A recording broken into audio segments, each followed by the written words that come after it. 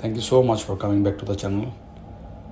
Today we're going to learn about how to operate the Outlook mail and check the mails. As we all know, Outlook has become one of the most vital email communication tool to enhance the growth in any kind of sector. So let's dive in. Just press Outlook apps here, and you can see there are lots of mail here.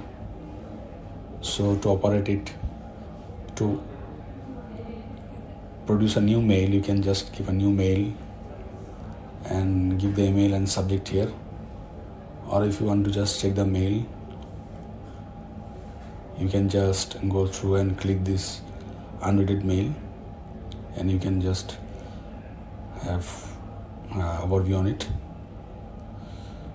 So by this way you can just go through the Outlook and gather your information and clear your communication. So hope this video was helpful to you. See you in the next video. Thank you.